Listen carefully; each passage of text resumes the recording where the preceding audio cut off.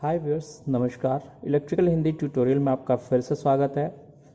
जैसा कि आज का जो हमारा थंबनेल आपने देख ही लिया होगा और आज के इस टॉपिक में हम लोग डिस्कस करने वाले हैं एक ड्यूअल स्टार्टर के अंदर क्या क्या कंपोनेंट्स हमारे होते हैं।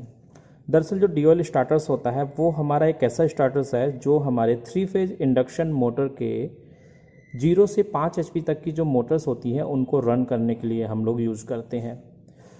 तो आखिरकार इसके अंदर कौन कौन से कंपोनेंट्स होते हैं, उन कंपोनेंट्स को हम लोग देखेंगे और पूरी तरीके से ये जानने की कोशिश करेंगे कि किस कंपोनेंट का क्या काम होता है। साथ के साथ इसके कनेक्शंस को करेंगे और एक डमी कनेक्शंस करने के बाद हम लोग यहाँ देखेंगे कि किस तरीके से एक ड्यूअल स्टार्टर वर्क करता है। तो चलिए फिर इस वीडियो को शुरू करते हैं और इसमें देखते हैं कि ड्यूअल स्टार्टर्स के अंदर क्या क्या चीज़ें होती हैं।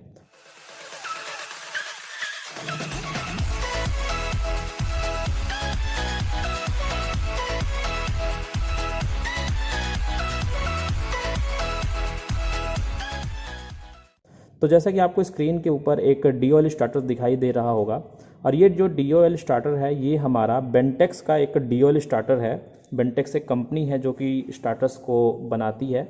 तो इसके अंदर आप देख रहे होंगे कि सबसे ऊपर की तरफ अगर आप देखें तो यहाँ पर 2 बटन्स दिए गए हैं, एक रेड बटन और एक ग्रीन बटन। यानी एक रेड बटन जो है वो हमारे ऑफ के लिए यूज़ किया जाता है और जो ग्रीन बटन है वो ऑन के लिए यूज़ किया जाता है। इसके थोड़े से टेक्निकल स्पेसिफिकेशन की तरफ चले तो यहाँ पर हमें दिखाई देता है कि जो ये बेंटेक्स कंपनी का है और डायरेक्ट ऑनलाइन स्टार्टर है, टाइप जो है वो हमारा है BDO5। यानी ये एक टाइप है, कह सकते हैं कि इसका ये मॉडल नंबर है। इसके अंदर जो OLR है यानी जो ओवरलोड रिले है, उस रिले की जो रेंज है वो है हमारी 6 से 10 एम्पियर, जो कि 0 से 5 HP तक की मोटर्स के लिए करते हैं। और अगर हम एक 5 HP की मोटर के रेटेड करंट की बात करें 3 फेज के अंदर तो वो मैक्सिमम टू मैक्सिमम जाता है हमारा 7.5 एम्पियर तक। यानी 7.5 एम्पियर या 8 एम्पियर, इससे ऊपर रेटेड करंट नहीं होता है। तो इसीलिए यहाँ पर जो OLR की रेंज दी गई है वो 6 to 10 एम्पियर दी हुई है और ये हमारा एडजस्टेबल होता है, यानी इसको हम एडजस्ट कर सकते हैं according to motor name plate. उसके बाद नीचे अगर हम वोल्टेज को देखें तो वोल्टेज यहाँ पे 415 वोल्ट दिया हुआ है। चूँकि ये 3 फेज का स्टार्टर है तो इसके अंदर हमें 415 वोल्ट की ही रिक्वायरमेंट होगी। चलिए अब इसको ओपन करते हैं और ओपन करने के बाद इसके अंदर देखते हैं कि कौन कौन से कंपोनेंट्स हैं और कहाँ हमें सप्लाई देना होता है और किधर से हमें मोटर के लिए वायर्स को निकालना होता है। तो ये मोटर का ऊपरी कवर था और इस कवर को मैंने हटा के साइड में रख दिया है। ठीक, अब अगर आप अंदर ध्यान से देखेंगे तो यहाँ पर कुछ चीज़ें अंदर आपको दिखाई दे रही होंगी। ये प्री वायर्ड आता है, यानी जो वायरिंग्स होती हैं OLR की वायरिंग या जो इसके कॉइल्स की वायरिंग्स है वो सारी होकर आती है। जस्ट आपको यहाँ पर 3 फेज की सप्लाई देनी होती है और आपको मोटर के लिए कनेक्शंस को निकालने होते हैं। तो अगर आप ध्यान से देखेंगे तो यहाँ पर अगर आप देखें तो यहाँ पर 1, ये 2 और ये 3 टर्मिनल्स दिए हुए हैं। ये 3 टर्मिनल्स जो होते हैं ये इनपुट टर्मिनल्स होते हैं, यानी यहाँ आपको सप्लाई देना होता है। अभी हम लोग सप्लाई के साथ कनेक्ट करेंगे तो और ज़्यादा क्लियर हो जाएगा। तो ये हमारा हो गया कि यहाँ पर हम क्या करते हैं, सप्लाई देते हैं। अगर हम आगे के यहाँ पर 4 टर्मिनल्स आपको दिखाई दे रहे हैं, इन 4 टर्मिनल्स में से केवल हम इन 3 टर्मिनल्स का यूज़ करते हैं मोटर को सप्लाई देने के लिए। यानी हम यहाँ पर इनपुट सप्लाई दे देते हैं और यहाँ से हम आउटपुट निकाल लेते हैं मोटर्स के लिए। तो ये 3 हमारे हो गए इनपुट्स के लिए, जो कि L1, L2, L3 हो जाते हैं। और ये हमारे 3 जो यहाँ पर आपको दिखाई दे रहे हैं ये हमारे आउटपुट्स के लिए होते हैं, जो कि मोटर के टर्मिनल्स पे चले जाते हैं। इसके अंदर कंपोनेंट्स की बात करें तो ये वाला जो कंपोनेंट्स आपको दिखाई दे रहा है ये कंपोनेंट्स हमारा OLR होता है, जिसको ओवरलोड रिले कहते हैं। इतना पोर्शन, इस पोर्शन से इधर वाला जो हिस्सा है ये हमारा क्या होता है, OLR होता है। इसके अंदर अगर आप ध्यान से देखेंगे तो यहाँ पर 6 से 10 एम्पियर की रेंज दी हुई है और ये रेंज क्या होती है, एडजस्टेबल रेंज होती है, जिसको कि हम ऐसे इस तरीके से चेंज कर सकते हैं। तो मोटर के ऊपर जो भी रेटेड करंट लिखा हुआ है, मान लीजिए 7 एम्पियर है, तो अप्रॉक्स हम इसको यहाँ पर सेट कर देंगे। तो OLR का काम होता है कि जब मोटर ओवरलोड हो तो ये सर्किट को ट्रिप कर दे। इसके बाद अगर इसके नीचे के पोर्शन की बात करें तो ये जो पूरा पोर्शन है ये कॉन्टेक्टर है। DOL के अंदर एक कॉन्टेक्टर होता है, तो ये पूरा नीचे का कॉन्टेक्टर है और ये कॉन्टेक्टर की एक कॉइल है। अब इस कॉइल की वोल्टेज की अगर हम बात करें तो यहाँ पर सीधे सीधे दिखाई दे रहा है कि यहाँ पर 415 वोल्ट लिखा हुआ है, यानी इस कॉइल को ऑपरेट कराने के लिए हमें चाहिए होगा 415 वोल्ट। तो आप अगर ध्यान से देखेंगे तो एक ये ब्लैक वायर इधर से आ रहा है और एक ब्लैक वायर इधर से आ रहा है।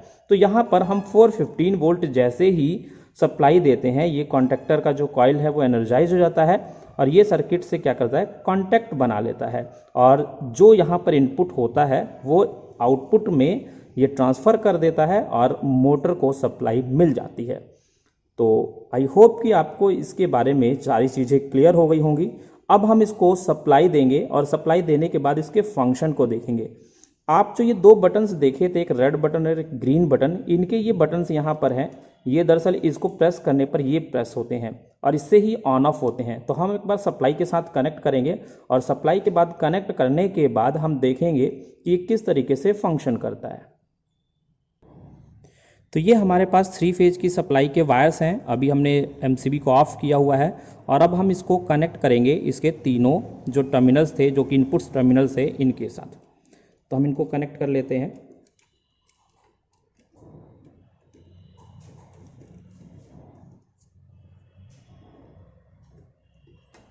एक फेज हमने कनेक्ट कर दिया है। कनेक्शन के समय आपको ये ध्यान रखना है कि जो भी अगर आपने एमसीबी से सप्लाई दी हुई हो वो एमसीबी प्रॉपर तरीके से ऑफ हो, नहीं तो यहाँ पर शॉक लग सकता है। तो इस चीज़ का आप ध्यान रखेंगे कि जो इनपुट सप्लाई आप कनेक्ट करेंगे उसके लिए एमसीबी ऑफ हो या आपने उसके साथ ये लाइन अभी कनेक्ट किया ही ना हो। तो इस चीज़ का बहुत ज़्यादा ध्यान रखना है आपको। तो 2 फेज हमने कनेक्ट कर दिए और एक लास्ट बचा हुआ है, इसको भी हम लोग कनेक्ट कर लेते हैं। ये जस्ट मैं यहाँ पे टेम्परेरी सप्लाई करके दिखा रहा हूँ, क्योंकि प्रॉपर सप्लाई के लिए लक्स एंड अदर एसेसरीज़ का यूज़ करते हैं हम लोग, लेकिन जस्ट यहाँ टेस्टिंग चल रही है इसलिए हम लोग इसको इस तरीके से कनेक्ट कर रहे हैं।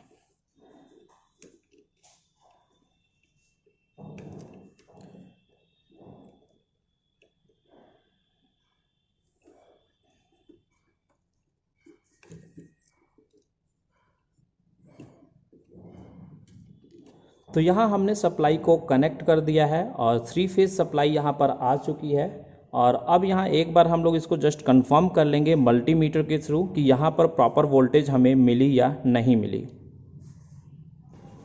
तो अब यहाँ लोग मल्टीमीटर के थ्रू इसकी वोल्टेज को चेक करेंगे कि प्रॉपर वोल्टेज है या नहीं है। सबसे पहले हमने मल्टीमीटर को सेट किया 600 वोल्ट AC पर, ये इसकी रेंज है। और अब हम यहाँ से वोल्टेज को चेक करते हैं किन्हीं 2 फेज के बीच में। तो यहाँ पे जो हमें देखने को मिलता है कुछ ये वोल्टेज हमें देखने को मिल रहा है 440 वोल्ट, यानी सही है। हम इसके बीच में चेक करते हैं, यहाँ पे हमने चेक किया तो यहाँ भी हमें 442 मिल गया, यानी हमारी वोल्टेज तो प्रॉपर है, कोई इशू नहीं है। तो अब जस्ट हम इसको क्या करेंगे, सप्लाई जो दी है उसके बाद हम लोग पुश बटन को प्रेस करेंगे। तो अगर आप ध्यान से देखेंगे यहाँ पर 2 बटन जो हैं, एक ये वाला और एक ये वाला, ये रेड के लिए है और ये वाला ग्रीन है। जब ये ऊपर से फिट हो जाएगा तो हमारा यही काम करेंगे। तो मैं क्या करता हूँ, ग्रीन वाले बटन को दबाता हूँ। इसके लिए मैंने इसको प्रेस किया। जैसे ही मैंने प्रेस किया यहाँ पर ये कॉन्टैक्टर ऑन हो गया। आपको एक हमिंग साउंड की आवाज़ आ रही होगी। इस समय ये कॉन्टैक्टर हमारा ऑन है। हम जैसे इस प्रेस बटन को दबाएंगे हमारा क्या होगा, कॉन्टैक्टर ऑफ हो जाएगा। ये कॉन्टैक्टर हमारा क्या हो गया, ऑफ हो गया। यानी इस तरीके से हम DOL जो हमारा स्टार्टर होता है, डायरेक्ट ऑनलाइन स्टार्टर होता है, उसको हम लोग क्या कर सकते हैं, ऑन ऑफ कर सकते हैं। बहुत ही सिंपल ऑपरेशन है, इसके अंदर ऐसा कुछ भी नहीं है, बहुत ही सिंपल कनेक्शंस हैं। आपने कनेक्शंस भी देखे, इनपुट्स हमने इधर कनेक्ट कर दिया है। अब बस मोटर को हम लोग कनेक्ट करेंगे। एक चीज़ और कनेक्ट करके दिखा देते हैं यहाँ पर कि अगर आप देखेंगे कि अभी जो मोटर अभी जो हमारा स्टार्टर है वो ऑफ कंडीशन में है, तो यहाँ पर हमें जो सप्लाई मिल रही है वो 0 है। तो यानी यहाँ से जो मोटर को जा रही है सप्लाई वो 0 जा रही है। अगर मैं जैसे यहाँ पे ऑन कर दूंगा, इसको ऑन करते ही यहाँ पे सप्लाई आगे पास हो गई। तो इस तरीके से आपने देखा कि ये सप्लाई हमारे मोटर को चली जाएगी। तो इस तरीके से हम तीनों टर्मिनल को कनेक्ट करके यहाँ से सप्लाई को आगे हम लोग भेज सकते हैं। ये मैंने इसको ऑफ कर दिया है। अब अगर हम इसको देखें तो ये ऊपर से कुछ इस तरीके से ही होता है। जस्ट ये इस तरीके